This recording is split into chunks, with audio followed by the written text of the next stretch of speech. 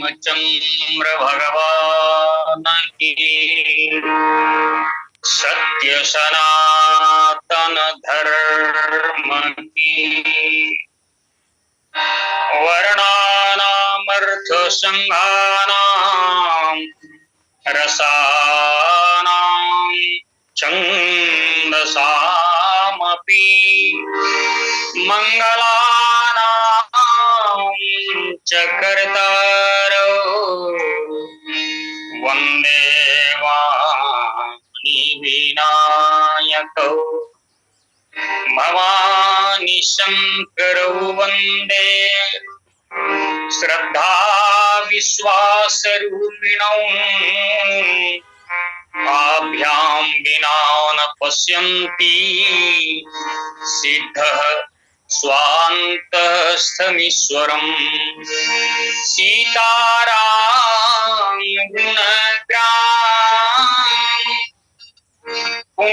पुण्यारण्य बिहारिणो वन्दे विशुद्ध विज्ञानौ कवीश्वर कपीश्वरौ श्री गुरु चरण सरोज रज निज मन मुकुर सुधारि वरणो रघुवर विमल जस जो दायक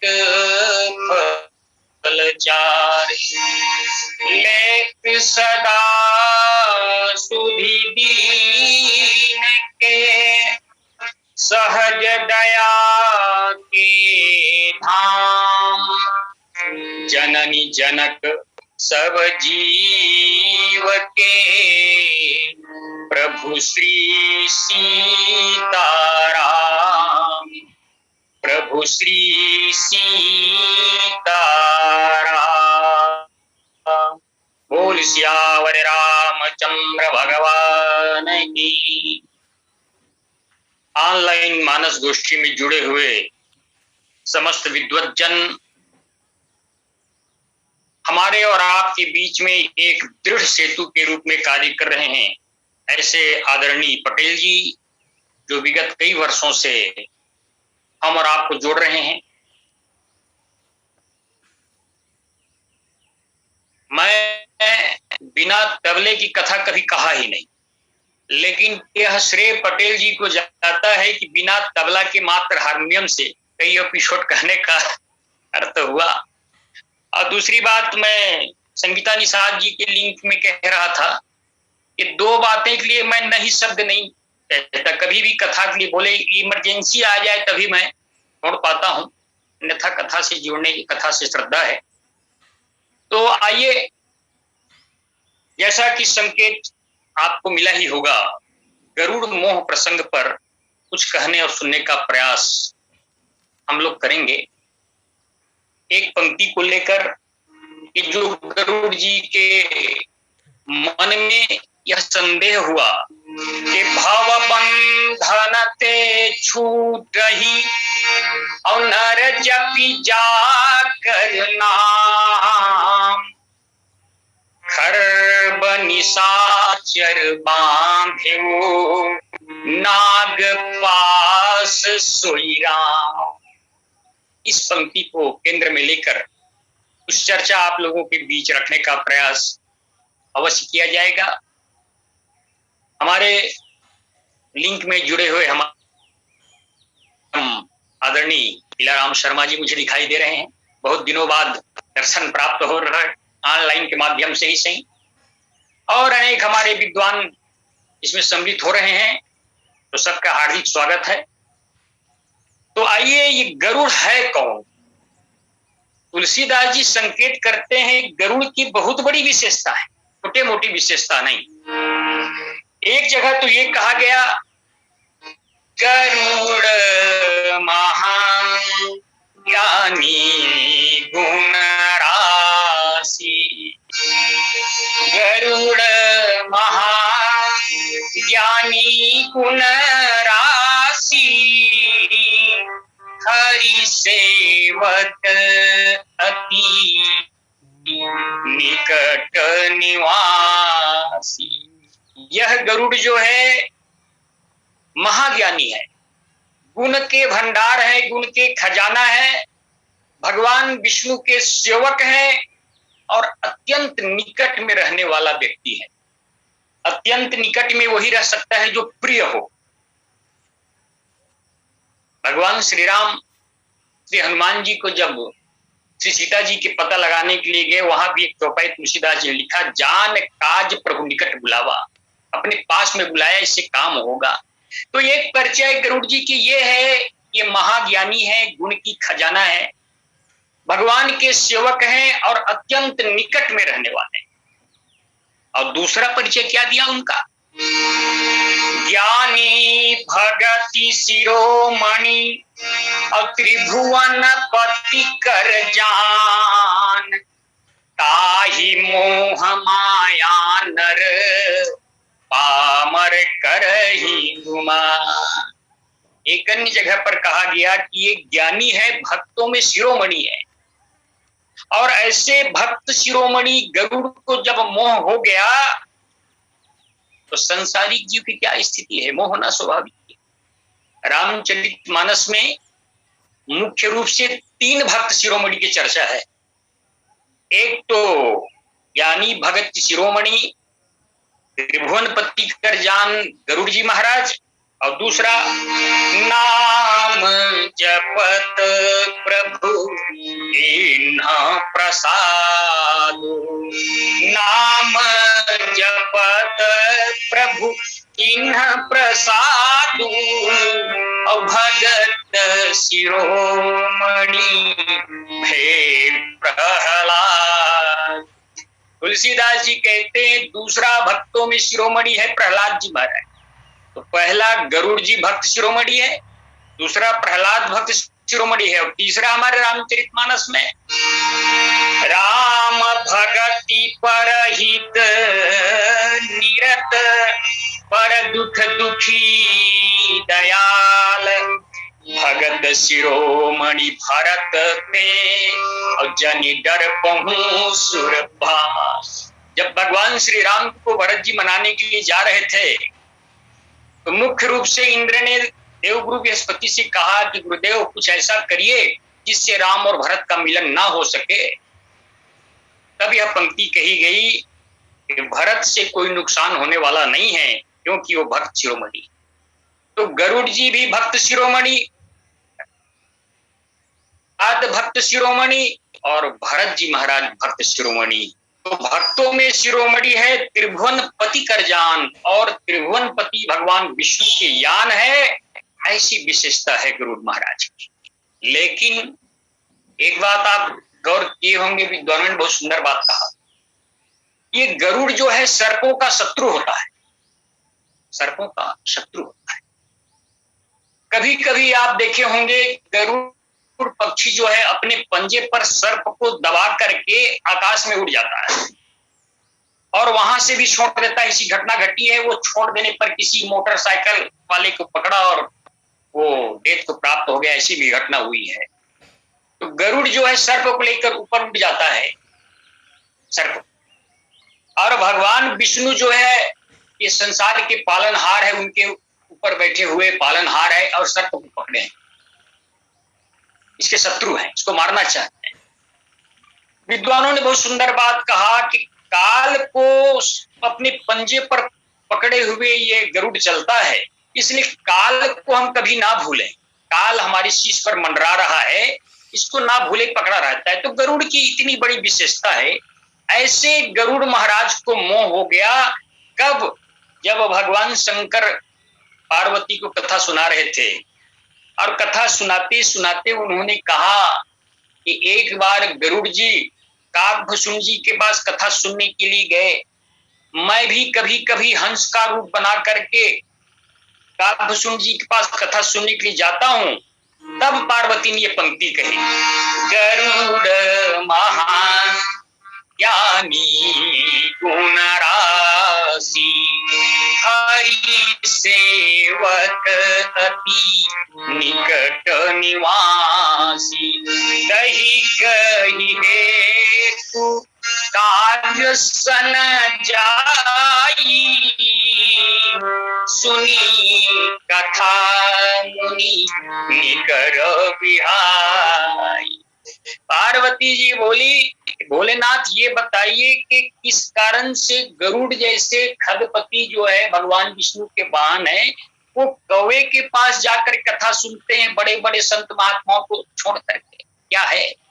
भगवान शंकर कहते, पार्वती भगवान रण लीला कर रहे। देखिए, लीला जो होता है वो वास्तविक नहीं होता, और लीला को जो वास्तविक मान लेगा वो भ्रम में पड़ेगा। भगवान श्री राम लीला कर रहे थे। एक प्रसंग आया कि जब भगवान श्री राम रावण को नहीं मार पा रहे थे, मैं यही शब्द का प्रयोग करूंगा, लौकिक पक्ष में, तो देवताओं ने भगवान से विनती किया कि प्रभु आप रावण को मार सकते हैं एक क्षण में। और भगवान शंकर भी कहते हैं कि पार्वती उमा काल मर जाकी इच्छा, सो प्रभु लेत जन की परीक्षा। भगवान केवल इच्छा व्यक्त कर रहे हैं, रावण मर सकता है, लेकिन रावण को क्यों नहीं मार पा रहे हैं? देवताओं ने एक बात कहा कि प्रभु आप क्षण भर में रावण को मार सकते हैं, आप रावण को खिला रहे हैं, कहा टाइम पास अब कर रहे हैं। अब हम तो यही कहते हैं कि अब जनि राम खिलावहु अवतिशय दुखित होत भय दे। राम आप इसको खिलाना बंद करिए, सीता जी बहुत दुखी हो रही।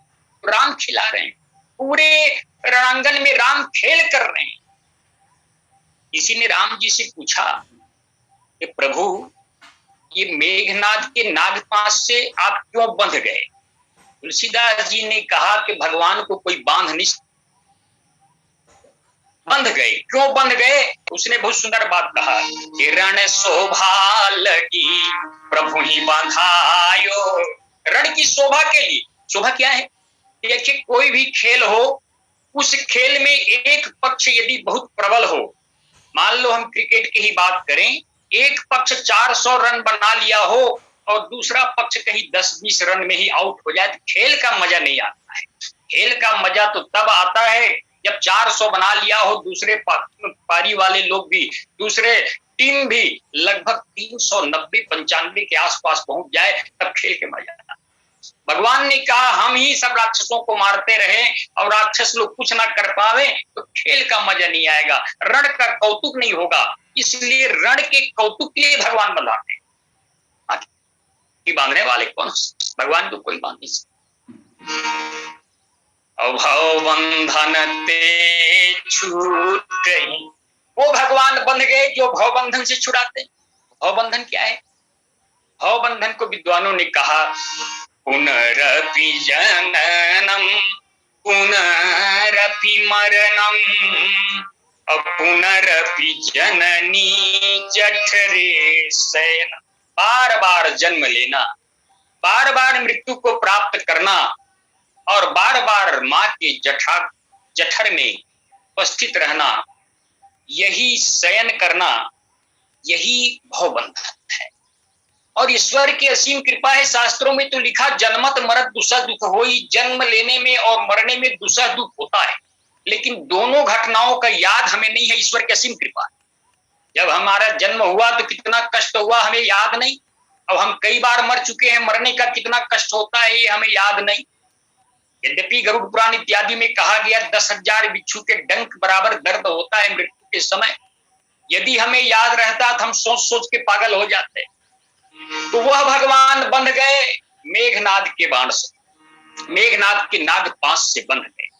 और जब बंध गए कोई उपाय नहीं सूझा, तो किसी किसी पंक्ति में तो लिखा कि नारद जी ने जाकर के गरुड़ को बुला करके लाया और भगवान को मुक्त कराने का प्रयास किया। लेकिन हनुमान अष्टक में एक संकेत लिखा गया कि हनुमान जी गरुड़ को बुला कर लाए। चाहे हनुमान जी बुलाए हो, चाहे नारद जी बुलाए हो, बुलाया गया गरुड़ को।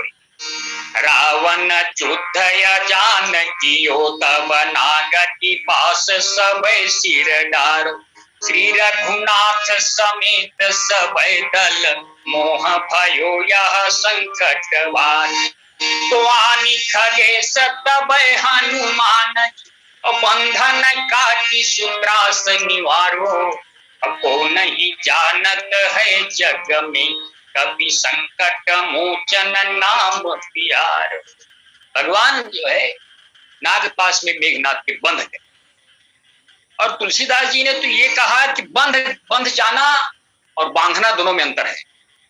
तुलसीदास जी साफ लिख रहे हैं, इंद्रजीत कर आप बधायो, और तब नारद मुनि गरुड़ पठाए। बंधायो और बांधना, ये दोनों में अंतर है। हनुमान जी को मेघनाद ने बांध लिया, कहा पिताजी मैंने बंदर को बांध लिया। तुलसीदास जी ने कहा झूठों का खानदान, हनुमान को तो क्या बांध पाएगा, वो तो प्रभु कारज लगी कपि ही बंधायो। वो बंधा गए, बांधना नहीं। बांधना अलग बात है, बंधाना अलग बात है। भगवान बंधा गए, अब इसलिए बंधा गए कि रण की शोभा हो। और तब नारद जी गरुड़ जी के पास गए और कहा कि गरुड़ जी आज प्रभु के ऊपर संकट आ गया है। प्रभु के ऊपर कभी संकट आता है? अरे सपने वो संकट परई के कोई, भृगुटी विलास सृष्टि लय होई। लक्ष्मण जी कहते हैं कि माँ प्रभु के ऊपर कोई संकट आ ही नहीं सकते, जिसके भृगुटी विलास होने से सृष्टि लय हो जाता है। स्वप्न में भी संकट नहीं। लेकिन लीला में नारद जी ने कहा कि गरुड़ प्रभु के ऊपर संकट आ गया है। गरुड़ जो है आया और आकर के भगवान श्री राम जो बंधे हुए थे नागपाश में, उन नागों को काटा। माया की नागपाश है, माया की नागपाश। माया का अर्थ होता है जो वास्तव में है नहीं, केवल दिखाई दे रहा है। ऐसे नागों को काटा और काटने के बाद विचार में डूब गया। शायद गरुड़ ने ये सोचा होगा आज मैं नहीं होता तो राम लक्ष्मण के काम तमाम हो गया। आज मैंने इनको बचा दिया। कैसे ब्रह्म है, कैसे भगवान है जो एक तुच्छ निशाचर बांध दिया नागपाश से। और यह विचार करते करते उनके मन में ये सिद्ध नहीं हो रहा है कि ये भगवान है, और यही सोच रहे कि मैं अभी आज नहीं होता तो क्या हो। देखिए संसार में किसी के रहने और नहीं रहने से कुछ नहीं होता है। कोई भी व्यक्ति ना रहे, काम चलता ही रहता है, पृथ्वी का काम चलता ही रहता है। कोई बात हो ऐसा हो ही नहीं सकता। लेकिन मोह होगी, यही मोह है। और तुलसीदास जी कहते हैं मोह सकल व्याधि निकर मूला। ये मोह ही सकल व्याधि। एक कवि बहुत सुंदर बात कह रहे। अच्छा आप विचार करिए, क्या भगवान श्री राम के ऊपर मेघनाद के नागपाश का प्रभाव पड़ सकता है? ये हम विचार करें, नहीं पड़ सकता। क्योंकि रहीम कवि ने एक सुंदर दोहा लिखा है, देखिए। जो रहीम उत्तम प्रकृति और का करी सकत कुसंग, और चंदन विष व्यापै नहीं, अरे लिपटे रहत भुजंग। जो उत्तम प्रकृति के लोग हैं उनके ऊपर कुसंग का प्रभाव नहीं पड़ता है। जैसे चंदन के वृक्ष पर सर्प लिपटा रहता है, लेकिन चंदन पर उसके विष का प्रभाव नहीं पड़ता। तो आप कहेंगे तो चंदन का मामला है, भगवान से कहा क्या संबंध है? तुलसीदास जी ने कहा है आप लोग गौर से देखते नहीं है, भगवान ही तो चंदन है, और चंदन पर मेघनाद के माया का नाग लिपटा हुआ है। भगवान कौन सी चंदन है? तुम्हारी कृपा तुम ही रघुनंदन, तुम्हारी कृपा तुम्हि रघुनंदन, अरे जानहि भगत भगत उर चंदन, जानहि भगत भगत उर चंदन, तुम्हारी कृपा तुम्हि रघुनंदन, तुम्हारी कृपा तुम्हि रघुनंदन।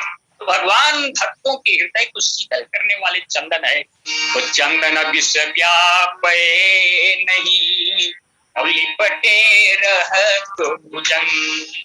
ये माया सर्प भगवान की क्या बिगाड़ सकते, लेकिन रण लीला रण कौतुक लगी प्रभु में बंधायो। ये रण में आनंद आना चाहिए। एक पक्ष केवल मार रहा है, दूसरा पक्ष खड़ा रहा है, आनंद नहीं आता, देखने वाले को आनंद नहीं आता। जोरदार जो फाइट वाला फिल्म होता है उसमें लोग ज्यादा आनंद लेते हैं। भगवान जानबूझकर बंध गए और जानबूझ करके मूर्छित हो रहे हैं। भगवान जरूर सोचता रहा क्या ये ब्रह्म है। अरे कोई मजबूत व्यक्ति बांधता तो एक बार समझ में आता, वो तो खरबनी साचर बांधे, एक दुख राक्षस ने बांध लिया राम। नाग पास सोईरा भव बंधन ते छूटहि, नर जपि जा करना। अपने मन को बार बार समझाने का प्रयास करते हैं गरुड़ जी महाराज, लेकिन मन जो है मानने के लिए तैयार नहीं है। ये भगवान कैसे हो सकते हैं, कैसे नाग पास में राक्षस के बन सकते हैं। तो व्याकुल गयम व्याकुल गयम देवरी सिपाही, कहे सी जो संशय निज मन माही। व्याकुल होकर इस बात के तर्क करते वितर्क करते हुए समाधान ना पाने के कारण गरुड़ जी नारद जी के पास गए। और नारद जी के पास समस्या का समाधान है, ऐसी बात नहीं। नारद जी ने कई लोगों की समस्या का समाधान किया। जयंत जब संसार में भटक रहा था तो जयंत को जब देखा तो उनका समाधान किया, कहा जिनके बाण पीछे लगा हुआ है उन्हीं के शरण में चले जाओ तो तुम्हारे प्राण बच जाएंगे। नारद जी के पास गए, नारद जी ने कहा यह विषय जो है ये लेबर कोर्ट का नहीं, ध्यान देंगे। एक महात्मा बिल्कुल कोर्ट के ऊपर लगा रहे थे, नारद जी लेबर कोर्ट है लगा रहे थे। वो कहते हैं कि लेबर कोर्ट में जब गया तो नारद जी ने कहा कि लेबर कोर्ट का विषय नहीं है, ये विषय गंभीर है, क्योंकि इस प्रकरण में मैं कुछ नहीं कर सकता, क्योंकि इस प्रकरण में मैं खुद फंस चुका हूं। नारद जी ने कहा कब फंस गए। अरे जो बहुबार अब नचावा मोही, और सोई व्यापी विहंग पति तोई। जिस मोह ने मुझे कई बार नचाया वही बीमारी तुम्हें हुआ है, ठीक वही बीमारी। तो इस बीमारी का इलाज मेरे पास नहीं है। तो गरुड़ जी ने कहा क्यों आपके पास नहीं है। कहा दो कारणों से, एक तो मेरा कोर्ट जो है छोटा है, लेबर कोर्ट है, और दूसरा मैं एक मुख वाला हूं। बोले अच्छा, तो इसका निदान कौन कर सकता है। नारद जी ने कहा चाहे तो सेशन कोर्ट में तू अपील कर सकता, लेबर कोर्ट से बड़ा होता है सेशन कोर्ट, क्योंकि कोर्ट में काम करने का थोड़ा थोड़ा जानकारी है। नारद जी ने कहा लेबर कोर्ट से बड़ा होता है सेशन कोर्ट, और सेशन कोर्ट के जो जज है वो चार मुख वाले हैं, ध्यान दें। कहा वो चार मुख वाले शायद आपकी समस्या का हल कर सकते हैं। तो एक काम करो,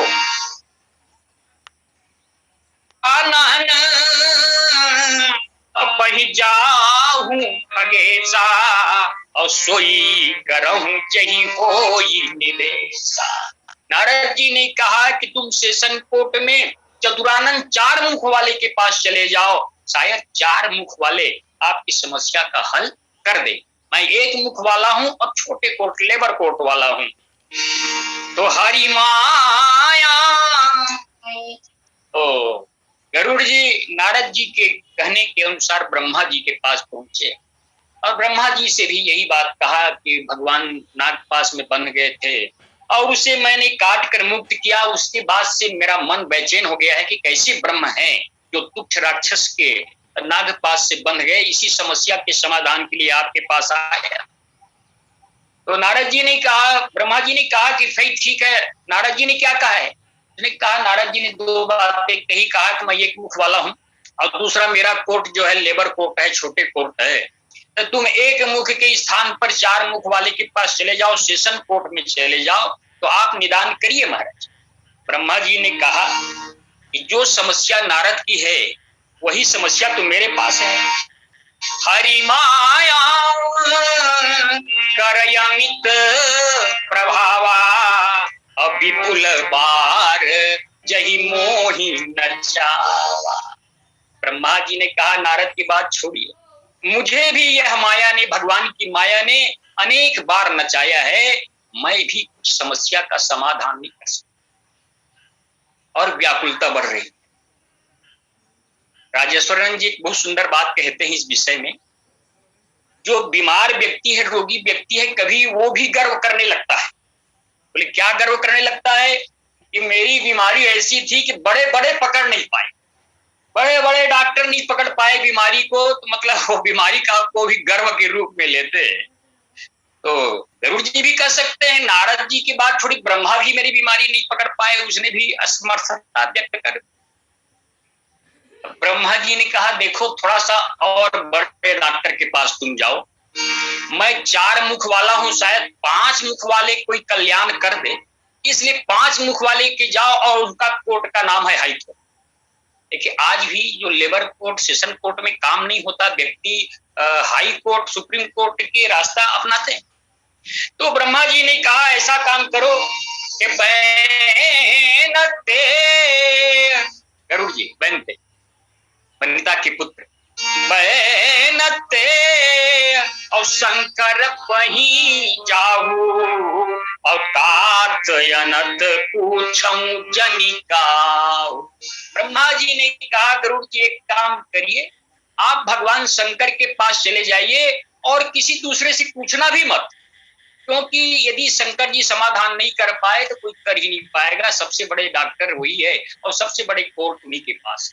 और दूसरी बात है, एक मुख उनका ज्यादा है, मैं 4 मुख वाला हूं तो वो 5 मुख वाला है। अरे विकट बेश मुख पंचपुरारी, विकट बेश मुख पंचपुरारी, 5 मुख वाले भगवान शंकर के पास चले जाओ। और भगवान शंकर के पास गरुड़ पहुंचा और व्याकुलता और बढ़ रही है। कहा बड़े बड़े डॉक्टर मेरी बीमारी नहीं कर पा रहे। शंकर जी के पास जब गए तो शंकर जी के रास्ते में शंकर जी मिल गए। कैलाश पर्वत से कहीं जा रहे थे भगवान शंकर और कहा कि भोलेनाथ मैं आप ही के पास आया हूं। बोले ये समस्या हो गई है, नाग पास काटने के बाद मेरे मन में ये व्याकुलता आ गई है कि ये कैसे ब्रह्म हो सकते हैं जो एक तुच्छ निशाचर के नाग पास में बंध गए, इस समस्या का हल करिए। भगवान शंकर ने कहा कि गरुड़ एक बात है, यदि घर में आप मिले होते कुछ 2-4 घंटा बैठते तो समझ में आता, लेकिन मिले मु गरुड़ मारक महामोही, अब कवन भांति समझावो तो। आप रास्ते में मिले हो, बीच रास्ते में मिले हो, न इधर का न उधर, तो मैं कैसे समझा सकता हूं? इसमें बहुत समय लगेगा गरुड़, इसको समझाने में बहुत समय लगेगा। गरुड़ जी ने पूछा कि महाराज फिर भी कितना समय लग सकता है? 1-2 दिन, 4 दिन, 6 महीना, 12 महीना, कितना समय लगता है? तो कहा जब बहुकाल, 1-2 दिन में समस्या का समाधान नहीं होगा गरुड़। जब बहुकाल करिय सतसंगा, जब बहुकाल करिय सतसंगा, तब ही होई सब संशय भंगा, तब ही होई सब संशय भंगा। गरुड़ ये 2-4 दिन, 2-4 महीना में काम चलने वाला नहीं है। जब बहुकाल किए सत्संग, काल करी सत्संग, बहुत समय तक सत्संग करोगे ना, तब ये संदेह भ्रम जो है वो दूर हो सकता है, अन्यथा घंटा 2 घंटा में होने वाला नहीं है। तुम्हें जो बीमारी है वो लाइलाज बीमारी, बहुत बड़ी बीमारी। अच्छा देखिए, वास्तव में बहुत बड़ा बीमारी है। गरुड़ को जो बीमारी लगा है, इससे बड़ा बीमारी संसार में हो नहीं सकता। मोह तो कई लोगों को हुआ, सती को भी मोह, नारद मोह की प्रसंग भी हम सुनते हैं। लेकिन जो जितना बड़ी बीमारी से ग्रसित है गरुड़ जी महाराज, इससे बड़ी बीमारी से कोई ग्रसित हो नहीं सकता। गरुड़ है कौन? गरुड़ की विशेषता क्या है? गरुड़ की एक विशेषता यह है कि बड़े से बड़े सर्प को भी ये खा ले। जब हनुमान जी के सामने सीता जी ने संदेह व्यक्त किया, उस समय हनुमान जी ने एक बात कहा कि मां प्रभु प्रताप ते गरुड़ खाई परम लघु ब्याल। भगवान के प्रताप हो जाए तो बड़े से बड़े विषधर सर्प को खाने वाले गरुड़ को भी छोटे से सर्प खा लेता है, भगवान की कृपा है। तो गरुड़ जो है सर्पों को खाने में माहिर है। लेकिन जब आगे चलकर प्रसंग आएगा, काकभूषुंड ने पूछा कि क्या हुआ? गरुड़ ने कहा मुझे सर्प ने काट दिया। काकभूषुंड जी कहा सर्प ने काट दिया? कहा ये तो विचित्र संसार की बात है। संसार कौन विश्वास करेगा कि गरुड़ को सर्प ने काट दिया? कौन से ऐसा सर्प संसार में हो गया जो तुम्हें काट दिया? गरुड़ ने कहा कई सर्पों के नाम आप सुने होंगे काकभूषुंड जी। करैत होता है, नाग होता है, कई प्रकार के सर्प होता है। लेकिन जिस सर्प ने मुझे काटा है उससे विषधर संसार में कोई हो ही नहीं सकता। अरे संशय सर्प ग्रसे मोहि ताता और दुखद लहरी उतर बहुप्राण। गरुड़ ने कहा कि महाराज मुझे संशय सर्प ने काट दिया। ये संशय सर्प से ज्यादा खतरनाक, गांव में हम देखते हैं सर्प को काट देता है तो गांव वाले पूजा करते हैं, उसमें लहरा, कई लहरा आते रहते हैं। लहरा आता है फिर शांत होता है, फिर मंत्र पढ़ने वाले लोग मंत्र पढ़ते हैं, फिर लहरा आता है। इसी बात को संकेत करते तुलसीदास जी कहते हैं यहाँ जो संशय सर्प के काटने से जो लहरा आ रहा है कौन सा लहरा है? कुतर्क। ये ब्रह्म कैसे हो सकता है? ये ब्रह्म नहीं है, इसको मानना धोखा है। इस प्रकार की जो तर्क आ रहे हैं ये संशय सर्प के ग्रसने से। मैं आपसे निवेदन कर रहा था कि सबसे पहले नारद जी के पास पहुंचे। नारद जी ने कहा ये लेवर कोर्ट का मामला नहीं है और एक मुख से इस समस्या का समाधान नहीं हो सकता। तुम सेशन कोर्ट में चले जाओ और जाकर के ब्रह्मा जी से ये अपील करो। तो 4 मुख वाले हैं, ब्रह्मा जी ने 5 मुख वाले भगवान शंकर के पास हाई कोर्ट में भेज दिया। अब यदि चाहते ये क्रम चलते रहता तो भगवान शंकर कह सकते थे तुम 5 मुख वाले के पास आए हो, ऐसा करो तुम 6 मुख वाले कार्तिक के पास चले जाओ। कार्तिक के पास जाते तो कार्तिक जी कह सकते थे कि तुम 6 मुख वाले के पास आए हो, ज्यादा अच्छा है 10 मुख वाले रावण के पास चले जाओ तो तुम्हारी समस्या का समाधान हो सकता है। ऐसे मुख बढ़ाते। रावण कह देता कि सहस मुख वाले शेष के पास चले जाओ तो इस समस्या का समाधान। लेकिन भगवान शंकर ने कहा अब तुम्हें सिर बढ़ाने की जरूरत नहीं है, ज्यादा मुख वाले के पास जाने की जरूरत है।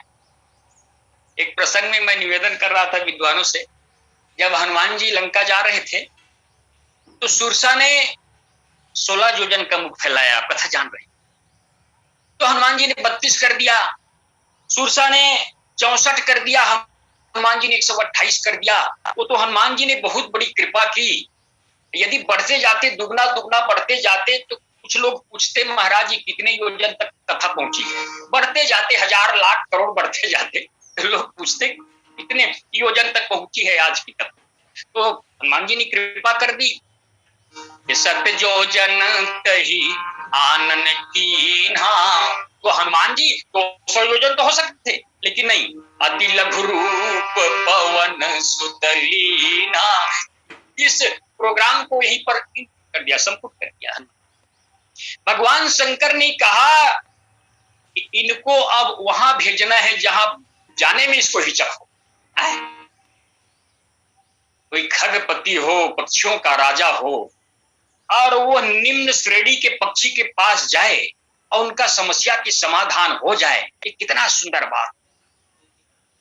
भगवान शंकर ने कहा बीच रास्ते पर मिले हो गरुड़ ने कुछ जरूर मैं करता, तो तुम एक काम करो, उत्तर दिशि सुंदर गिरि नीला, तहाँ रह काग कुसुंडी सुशीला, तहाँ रह काग कुसुंडी सुशीला। भगवान शंकर ने कहा कि गरुड़ उत्तर दिशा में नीलगिरी नाम का पर्वत है, वहां कागभस्सुंडी रहते हैं, वहां तुम जाओ तो तुम्हारी समस्या का समाधान हो सकता है। वहां प्रतिदिन रामायण की कथा होती है, रामचरितमानस की कथा होती है, और बहुत काल तक यदि कथा सुनोगे तभी समस्या का समाधान हो। लेकिन हमारे तुलसीदास जी भी लिखते हैं, यदि संसारिक मनुष्य हमें भी भ्रम हो जाए तो ये कई काम करो, अरे संशय विहंग रावण हारी, राम कथा सुंदर करतारी, राम कथा सुंदर करतारी, संशय विहंग रावण हारी, संशय विहंग रावण हारी। संशय विहंग को यदि उड़ाना है तो राम कथा रूपी एक राम कथा ताली का प्रयोग करता है, ताली का काम करता है, और ताली बजाने से जैसे पक्षियां उड़ती है वैसे संशय उड़ जाते। तो आप जाओ कागभस्सुंडी के पास, वहां बहुत काल तक कथा सुनो। और कागभस्सुंडी के पास पहुंच गए गरुड़ जी महाराज, वहां कथा चल रही। एक विचित्र बात इस प्रसंग पर तुलसीदास जी ने लिखा, जब कथा समापन हुई कागभस्सुंडी ने कहा गरुड़ कब आए, क्या हुआ, कैसे हुआ, आने का आपके कारण क्या है? तो एक विचित्र बात गरुड़ जी ने कहा, बोले सुना हूं तात जही कारण आयं, सो सब भयम तरस तब पायम। कहा जिस कारण से मैं आया था वो मेरा कारण समाधान हो गया, समस्या का समाधान हो गया। जैसे कोई व्यक्ति डॉक्टर के पास जाए और डॉक्टर पूछे भाई क्या हो गया, और वो मरीज कहने लग जाए कि महाराज जिस कारण से मैं आया था, जिस बीमारी को लेके आया था वो बीमारी मेरी दूर हो गई। बोलेगा कैसे दूर हो सकता है भाई साहब, ना तो मैंने कोई टेबलेट दिया है, ना तो इंजेक्शन लगाया है, ना बॉटल लगाया है, कैसे समस्या का समाधान हो सकता है? तो डॉक्टर मरीज कहीं कह दे आपको देख करके मेरी बीमारी दूर हो गई, आपके हॉस्पिटल को देख करके बीमारी दूर हो गई, तो आश्चर्य है। लेकिन हमारे रामचरितमानस में होता है, कागभस्सुंडी ने पूछा तुम्हारी बीमारी कैसे दूर हो गई, तो कहा आपके दर्शन से, और देखी पवन पावन तव आश्रम, अगयं मोह संशय नाना भ्रम। आपके आश्रम को देखा मैंने, परम पावन आश्रम, और इस आश्रम को देखने के बाद संशय मोह भ्रम सब गया। वास्तव में जो समस्या का समाधान नारद जी नहीं कर पाए, जो समस्या का समाधान ब्रह्मा जी नहीं कर पाए, जो समस्या का समाधान भगवान शंकर नहीं कर पाए, वो सुप्रीम कोर्ट में हो गया। तो विद्वान कहते थे सुप्रीम कोर्ट है कागभस्सुंडी जी का आश्रम, जहां जाने के बाद हो गया। कहा अब जाओ घर वापस चले जाओ, कहा नहीं अभी जाने वाला मैं नहीं हूं। अरे अब श्री राम कथायति पावनी, सदा सुखद दुख कुंजन सावनी, सादर तात सुनावहु मोही, वार वार बिनवो मुनि तोही। आज अब श्री राम कथा की पावनी, सदा सुखद कुंज मन सावनी, सादर तात सुनावो मोही, बार बार बिनवो मुनि तोही। तो ये संदेह मिटाने का एकमात्र उपाय है रामचरितमानस। रामचरितमानस को हम गंभीरता से सुने, आज सुनना बस नहीं है, सादर सुने और कहे भी, संभाल करके कहें, तब आनंद ही आनंद है और बहुत ही आनंद आता है। और आप लोग सब जुड़े हुए हैं, समय हो गया है, तो भव बंधन ते छूटहि, और नर जपि जात कर नाम, खरव निशाचर बांधेउ, अनाग पास सोईरा। बोल सियावर रामचंद्र भगवान। अब जो भी समय